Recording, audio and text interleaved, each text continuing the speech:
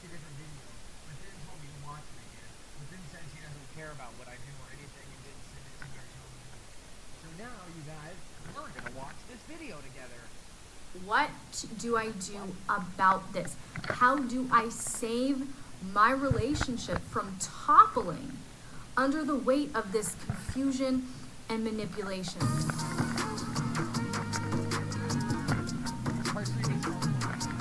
Hey Alex Army, and welcome back.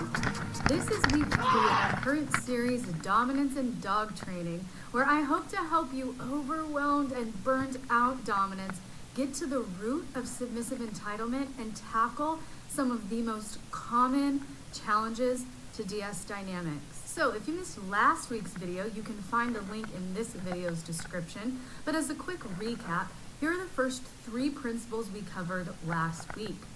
The dynamic must be built on a consensual power exchange, which includes the submissive's foundational belief that the dominant is superior and they desire to yield to that superiority. Patience and trust are 2 sides of the same coin, and when a submissive treats a privilege like a right, it's time to remove the privilege until entitlement is snuffed out by gratitude. And ongoing and responsive obedience are both important, but responsive obedience keeps the submissive more present, demands their focus stay with the dominant, prevents mindless obedience and distraction, and keeps the submissive experience novel, unpredictable, and therefore more exciting. And setting and respecting boundaries creates a container for pleasure and simultaneously prevents bitterness. And that brings us to our first point today, correction and reinforcement. Now notice I put these in the same point because these are, again, 2 sides of the same coin. This is how to maintain consistent behaviors you desire to see as a dominant. Because the goal of behavior modification and ongoing obedience is to convey the idea that obedience is satisfying. And even further, what a submissive does not beg for, they will receive as a reward. For instance, Jamie is highly treat motivated. He loves any food you could give him, and he's quick to obey at the prospect of a tasty snack. Now, I was having dinner the other day, and Jamie was sitting on the floor as I knew to do. I forgot my Topo Chico in the kitchen, and as I stood up to head in that direction, I gave him 2 commands that he is very familiar with. Stay and leave it. Stay put. Leave it means leave it. Don't touch it. Don't come near my food. Now, when I came back, he hadn't moved, and my food was still safe, thankfully. I was so pleased that I gave him a treat right then and there.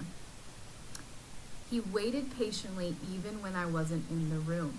He was happy, he was patient, he was obedient as I finished my meal, and he got a reward because I want him to associate obedience with pleasure. That if he pleases me, I'll please him. It's reinforcing the link that obedience is satisfying. But rewards, punishments, and positive reinforcement cannot stand alone. These must be mindfully and responsibly coupled with apt correction. Why?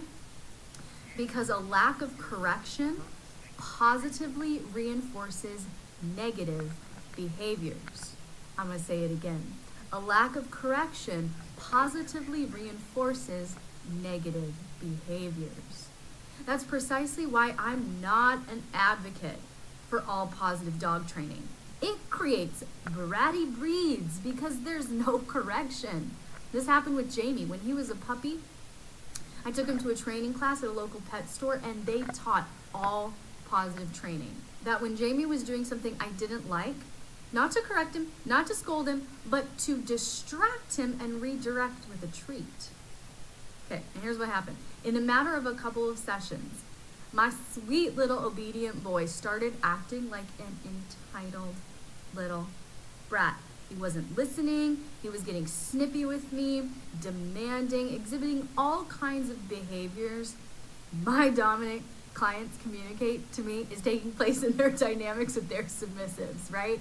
So yeah, reward, dole out ample punishments, play, praise, positively reinforce pleasing behaviors and obedience. All of that, very important.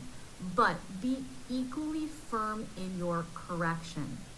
And the key to effective correction is quite simple.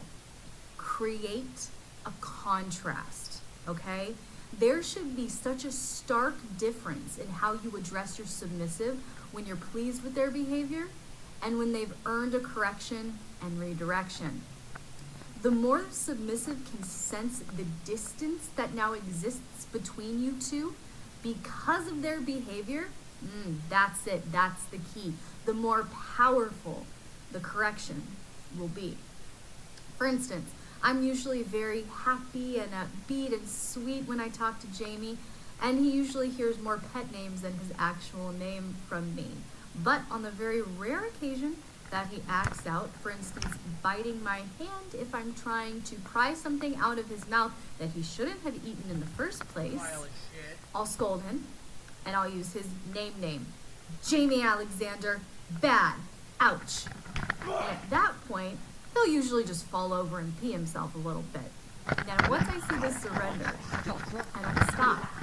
I push just a little further for the repentance. Surrender and repentance are two very different things. So once I see the surrender, I continue to push for repentance. And I'll talk to him. That hurt, Jamie. You hurt me. Jamie hurt Mama. And I'll hold my hand out to him like that, showing you hurt me. And normally he'll just push himself into my hand and start kissing it. He's still a little bit nervous. But that's when I'll actually let up, because I got him. He understands. He understands he did bad. He understands it caused me pain, and he understands that he does not like how this interaction feels. So then, that point, that's when I comfort and restore connection. All right, when he has shown me surrender and repentance, that's when I comfort and restore connection. It's okay. I know you're sorry. Thank you. You're a good boy. It's okay. We're friends again. All of that, right? I'll invite him into my lap, and he'll tackle me with hugs and kisses, and everything's good. And here's the point I want you to take away from this.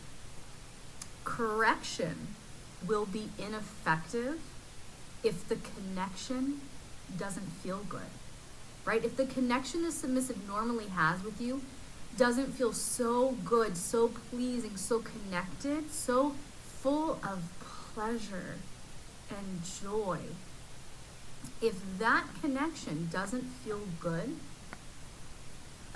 correction will be ineffective. But if you feel like your submissive just isn't responding to your leadership, no matter what you do or how consistent you are, you don't want to miss my new submissive training bundle on Patreon.